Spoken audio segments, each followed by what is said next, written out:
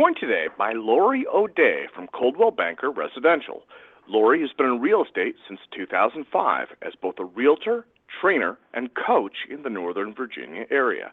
Her focus is on the Dulles Corridor area in Virginia, and she excels at professional networking both inside the industry and with her customers. She strives to facilitate a smooth and easy transaction to the table for you, whether or not you're a home buyer or a seller. Now, let's welcome Lori to the call as we join our host, Tim Harris. So, Lori, thanks for being on today's radio show, and thank you very much for being willing to answer some of these very probing questions. A lot of agents, especially busy, successful agents like you, are often not wanting to share their secrets, so I certainly appreciate your time today. Absolutely. Thanks for having me. So, Lori, let's just jump right to it. A lot of agents struggle with time management. It's one of the things we continuously hear. It's, they want to essentially do the things that they know they're supposed to do every day, but somehow, almost mystically, the day gets away from them and all the most important things during the day never get done.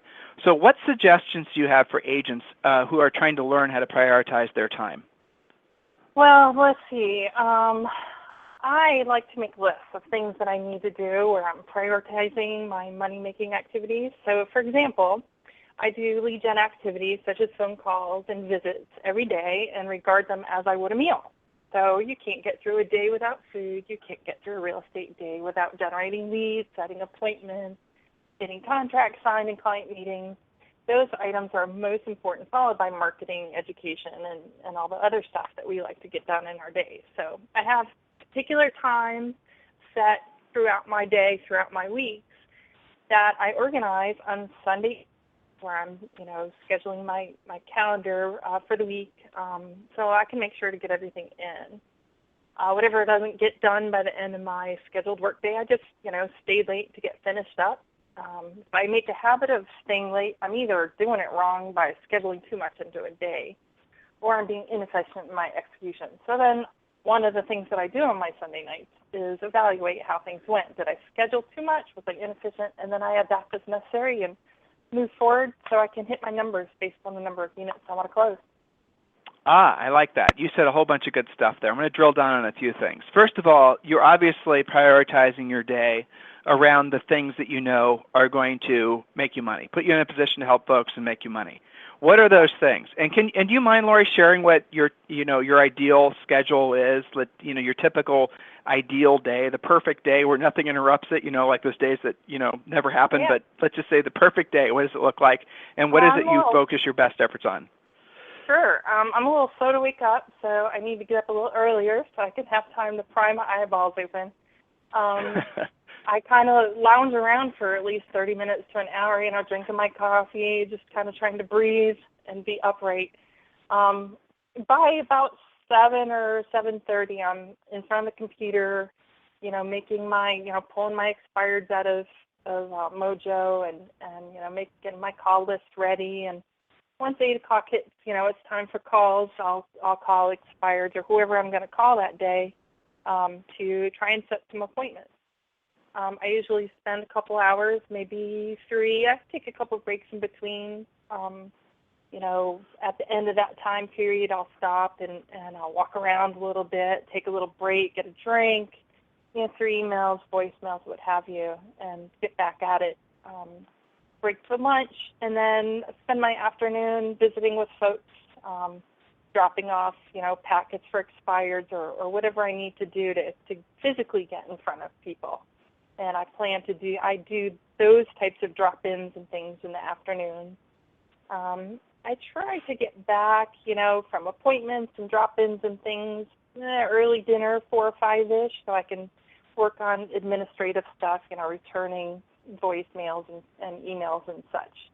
And then wrapping it up with, computer time with marketing and other things that need to be accomplished in the day. Well, so do you have like a minimum number? You're a numbers-driven person, which I appreciate, but do you have like a minimum number of actual contacts? You mentioned expired, you mentioned dropping off, going to doors, you mentioned stuff like that. So do you have a minimum number of contacts that you make every single day? I try to I look at whatever my income goals are or volume goals, and that's how many contacts I try to hit. For example, if I want to maintain a listing inventory of 10 or 15, listings, I need to have that many conversations every day, and it takes a whole lot more dial conversation. Lori, you just said something that was really interesting, and I want to drill down on that. You said if your goal is to have 10 listings at all times, you translate that as that you have to make 10 contacts every day. Now, there's no real scientific, methodology behind that, but generally speaking, what you just said is true. If someone wants to maintain 5 listings at all times, some reason, mystically or whatever, if you make 5 really good quality, it's interesting. So that is a really good point that everyone should be writing down. If you want to have 10 listings at all times, now, but we're not just talking contacts. We're not just talking just any kind of contact, right? No. Yeah, you have to call a whole bunch of people in order to get a conversation. So sometimes, it could be if you want to talk to 10 people, you only have to dial the phone 12 times, but you also might have to dial it 50 times to get 10 people to talk to. So that's interesting. It varies. Yeah. Has making those direct over the phone type contacts, was that ever a struggle for you?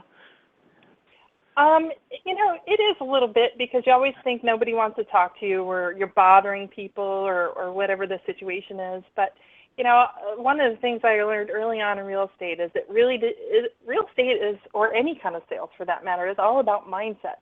Whatever you set your mind as the truth is what it is.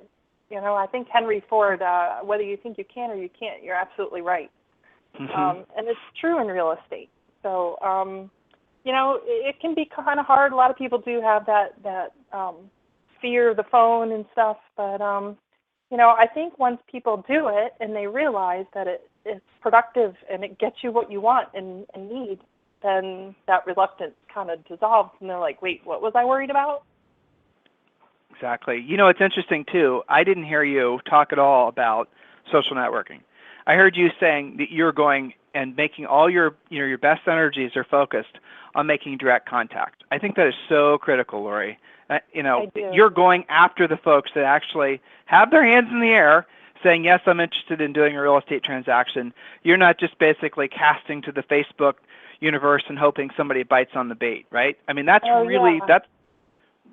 So is that something? How many people hide realtors on Facebook?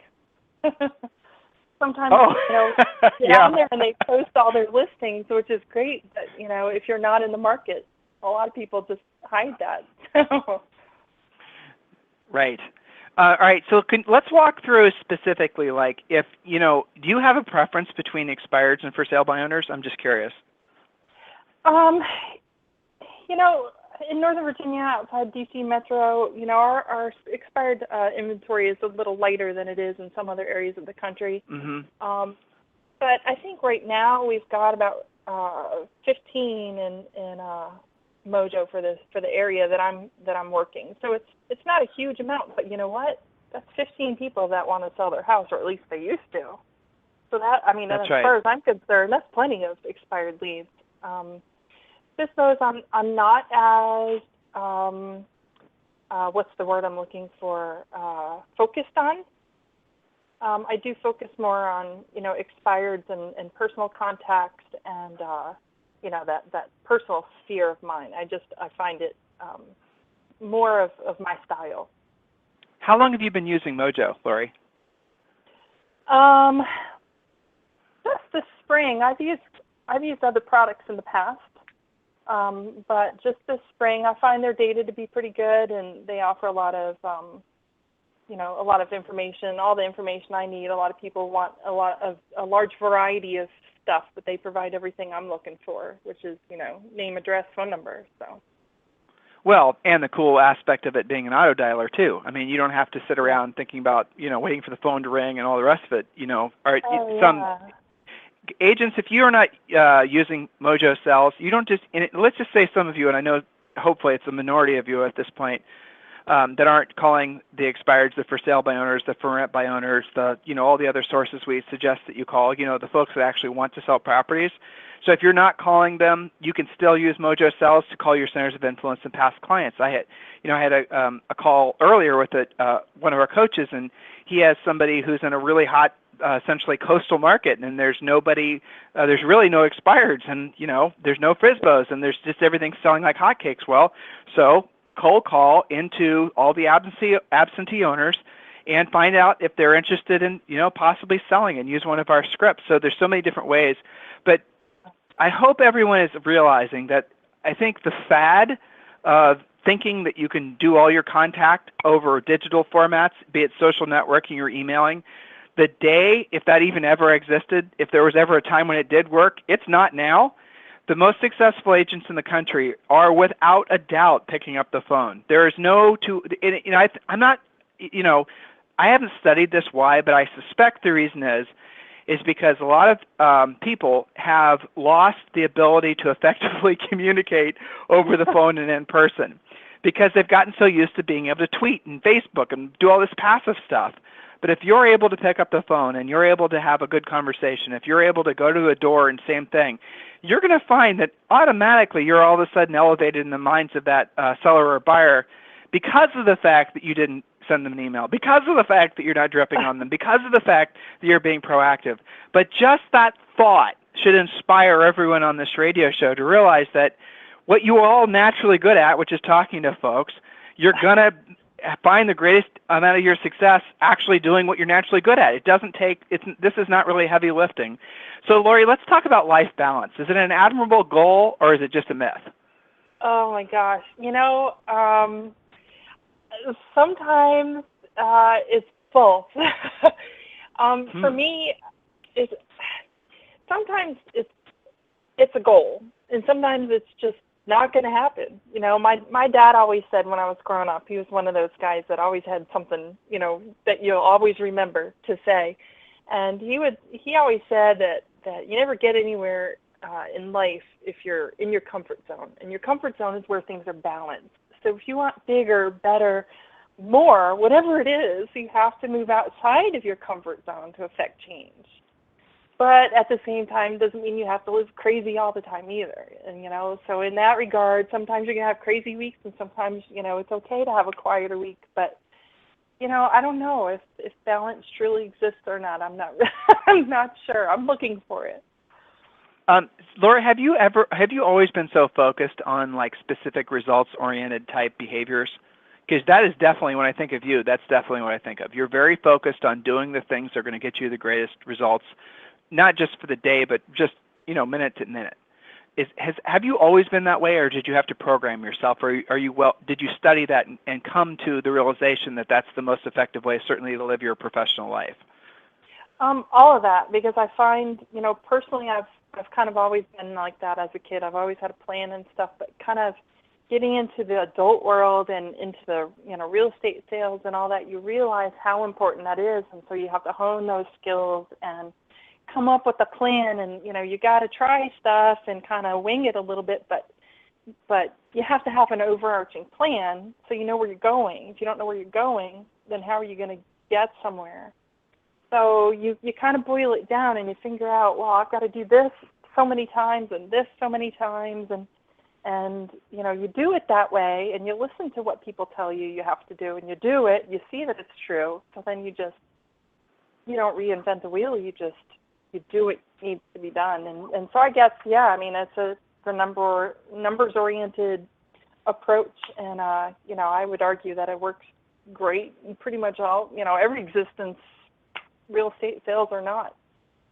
So you did say that there's definitely a specific path to follow that's going to give you the least resistance in getting you to your goal the quickest. And, they're not just for real estate, but just virtually for everything in life. I mean, it's just common sense. If you're going to drive across the country, get a map, but even better, use nav, right? So why do you think agents or people in general, Lori, because I know you studied a lot in this, you have a psychology degree, if I remember correctly, right? Yes, I do, yeah. Yeah, so why do you think, given the fact that there is such a plethora of valuable information out there that does just that, will act as your lifelong navigation system, why do people still insist on trying to cut their own path? Well, I think there are a couple things. First of all, I think people in general tend to get overwhelmed sometimes. How often do we realize, we've got to do, something, and there's just so much work to it, and I don't know where to start, and so on and so forth. So people get overwhelmed, in the planning process, But I think also it's just kind of human nature to kind of take the path of least resistance. We avoid things for different reasons, and overwhelming or too much work or lazy or whatever the reason is. We try to find a shortcut for some. I think it's just human nature, but I think if we own it and say, you know what, sometimes I'm just lazy, own it and say, but I'm not going to be lazy with this. I need to do what I got to do to get stuff done. Otherwise, I'm not going to meet my goals. I think that's a really good. Lori, you just said something again, which I love, and that word you just used offends people. And you know what? I always say this: if you're offended by the word lazy, it's because you're lazy. Non-lazy people are not offended by the word lazy because they know they're not lazy. So if you're right now not listening to us anymore, or of course we have already lost you because you're too lazy, but if you are offended by lazy, then it's because you're lazy. And it is true what she just said. It is 100% true. Guys, at the end of the day, to be where you are, to be where you want to be, it doesn't require 1,000% more effort. In all reality of what you actually do during the day, if you were to be really truthful in how much time you spend per day doing dollar productive things that are going to put you in a direct opportunity to help folks and make money. If you were to be really honest with yourself, most people are lucky if they spend 2 hours a day doing that type of work. Well, guess what? How many hours are in your work day? 8, 10, 6, whatever. So spend an extra hour. Just that little bit of extra time every single day will make the biggest biggest difference in your life in such profound ways you can't possibly fathom, because what happens is it builds momentum. You'll find yourself becoming more in tune with working at a slightly higher level, and then you go to a slightly higher level beyond that, and the next thing you know, you're literally operating completely in a different stratosphere than you were before. And by operating, I mean your skill set will improve, your mindset will improve, your quality of life will improve, your future potentiality will improve. But you can't be lazy, because really, some of you are so anxious and dying for, I just don't feel motivated. I'm looking for someone to help me with my mindset. I'm going to read some more books. Oh my God, we're about to come up to the summer seminar series. There's a half dozen seminars going on just for real estate agents around the country. All the usual people that do these seminars. And why do you go? I go for motivation, right? That's what you always say. Well, you go back every year for motivation because the motivation that you get there doesn't last. It lasts a day or two, and then you're not motivated again. The motivation, guys, at the end of the day has to happen from the inside, but it doesn't happen it does start with a thought of where you want to be, like Lori just described, but ultimately the way you feel will only change through your actions. You can't think your way into results. You have to do, and then what happens is your feelings change. And that's the juxtaposition that I think that we're offering as a coaching organization. Is we're not trying to, frankly, we're not lying to you and telling you that basically everything will follow with some sort of mystical mindset. It doesn't work like that. You have to take actions, and then you can develop the mindset along the way. As your actions start happening, you'll start getting results, and then guess what? Your mindset changes. You can't wait for the mindset to change before you take action. Otherwise, you will never take action. So Lori said, don't be lazy. Don't be lazy. I love that. So thanks for saying that. I think you're the first co-host I've ever had that's been bold enough to use that word, because that is the truth. I mean, agents just and when you don't have your own boss and you don't have anyone breathing down your back, if your coach doesn't, they're not there 24/7. At the end of the day, it's real easy to be lazy in this industry. This industry seems to support lazy. So looking back at the start of your career, when you were a brand new agent, if you can think back way back when, and I know your careers. You've had a lot of different experiences, but looking back, what would have been the one thing that you wish someone would have told you that would have made the biggest impact? What would be the one thing you maybe would have done differently had you had the opportunity if you were back where you were, say, a decade ago or whatever? if I was smarter then, but I almost every day I wish I would have thought of this or whatever. I would have spent more time proactively creating a sphere of influence of, personal contacts, not people, hey, you want to buy a house? Hey, you want to sell your house? But I'm talking about, I joke about, as a realtor, we make friends for a living. That's what we do. Yeah. Well, I would do that with so much more gusto if I could start all over again. Be specific, Lori. Let's help these guys. Because you know what? That is such a killer point. So what specifically would you have done differently? Be specific. Give these guys some actionable items, practical actionable items.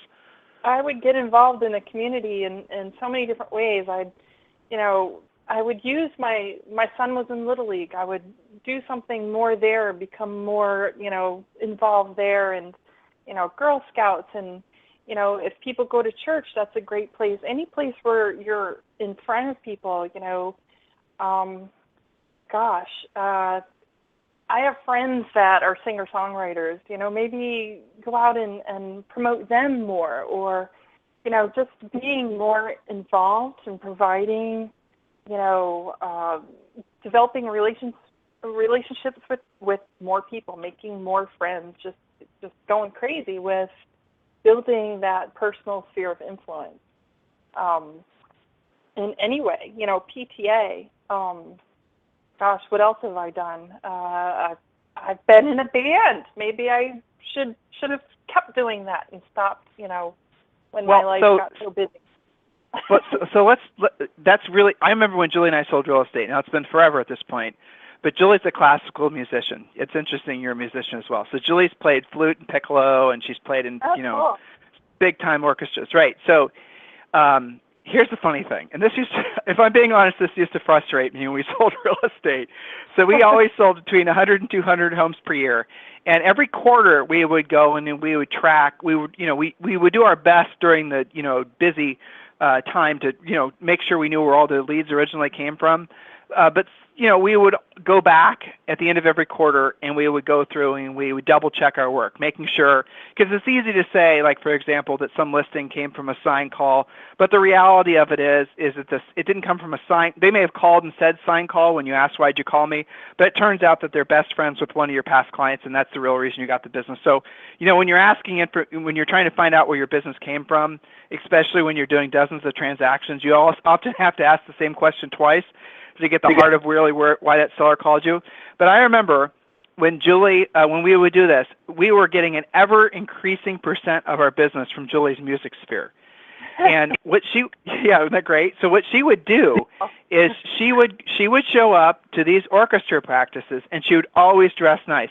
And she would dress nice to the point where they would ask her, Julie, you always dress nice. And this was her technique, because some of you guys are listening and you're saying, I could never go to the PTA and just start passing out business cards. That's not what we're saying. So this is what Julie did. So she'd show up at these orchestra practices. She always looked nice. And then, some of these people it would be like at 7 o'clock. So some of these people would have already been back and forth to work. She would stand out. And they would ask her, you always look nice, Julie. And she would always say, I just came from a closing, or I was just working on a real estate transaction, or I was just meeting with the seller, or fill in the blank. So by saying that, it was a conversation starter. And now here's another little fun idea, listeners. Actually, this is one of Julie's clients from years ago, but it's a great story. So she had this gal that came to us. This is probably like 10 years ago. And Julie was helping her, and this gal had absolutely no interest whatsoever in talking to anybody. Just wouldn't do it. She had a real estate license. She wasn't passively wealthy. She had to sell homes to pay her bills. Well, okay, so what will you do? I love animals. I love volunteering at the local private humane society. Those are the types of things I have passion for. Well, so what are you doing with them now? I go there every day, and I walk one of their dogs during lunch break that's up for adoption, and I get my exercise. Okay, so here's what's the idea. A simple, powerful idea. When the dog would go out to walk, the Humane Society would say, well, you have to put some sort of reflective vest on the dog. And so that's what she did. Now what she started doing, Julie's idea, is she had a T-shirt made that essentially said, and it was bright, obnoxious, and think fluorescent colors. The essence of it was, I'm up for adoption, ask me how, or something like that, or adopt me, please, or something that would get a conversation started. And she also had her real estate name badge on that T-shirt. So this lady would go out, she'd go and walk different directions every single day, walking a different dog every single day, wearing this shirt that looked like, no one could avoid it, not even from satellites. They could see it from everywhere. And it was a great conversation starter. So they would ask about the dog, they'd ask about adopting the dog, she'd obviously tell them about the private humane society, and then real estate conversations started to happen. So many so that the lady within like 6 months had to hire an assistant. She had so many deals going on. That's right? Awesome. It is, isn't it? Yeah. Well, so that's the magic of our business. Yeah. Yeah, and it's the same way with Julie, because you go there, you're not passing out business cards because that turns people off. You're just interacting. You're being friends with people, and they get to know you as whatever it is, you're a listing agent or whatever it is you want to be known as, and it's getting to know people. And when you're always busy in real estate and they see this, then you must be pretty good.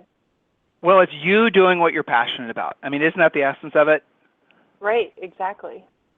So that's great advice. And the other thing too is I didn't realize you had to train people to think of you in that way. Passing out business cards isn't what I'm, we're not talking about that here. But Julie was training people, and the dog walking lady is training people to think of her in that way. And, and that takes time sometimes, right? I mean, it does. Yeah, just like referrals. Yeah. Right. Well, that's important to mention, because some of you guys are going to have unrealistic expectations. You're going to start showing up and thinking that everyone's just going to start attracting. You're going to start having deals fall in your lap. You have to build trust. But if you're amongst people doing what you're passionate about, and it could be playing golf, guys. It could be doing anything. But if you're doing something you're passionate about and you're purposely, intentionally around folks, and you're being you, doing what you have love for, around other people that have a similar interest, what you do for a living conversation naturally happens, and that is a wonderful spoke. And we ended up talking a lot about centers of influence and past clients, but it is so important. And yeah, Lori, I agree. That's something that I wish every single agent could get in their heads, that you guys need to have an organized, focused effort to build a real center of influence and past client list. It's not a bunch of people you met online. It's not a bunch of people in your Facebook group. It's not a bunch of people you met at an open house. But get involved in things that you have true passion for. And as a result of that, you'll attract people to you because they see that you're like them. I mean, Julie was a musician like them who happens to sell real estate. That is the secret sauce and one of the key fundamental spokes that all of you guys should have in your real estate practices. So, Lori, I really appreciate your time today. And as we round the bend on today's show, anything else you'd like to say to all the listeners? Don't be lazy. All right, send your hate mail, too. No, that's it. No, don't be lazy. All right, Lori, I certainly appreciate your time today. Yeah, absolutely. Thanks for having me. Have a wonderful day, everyone.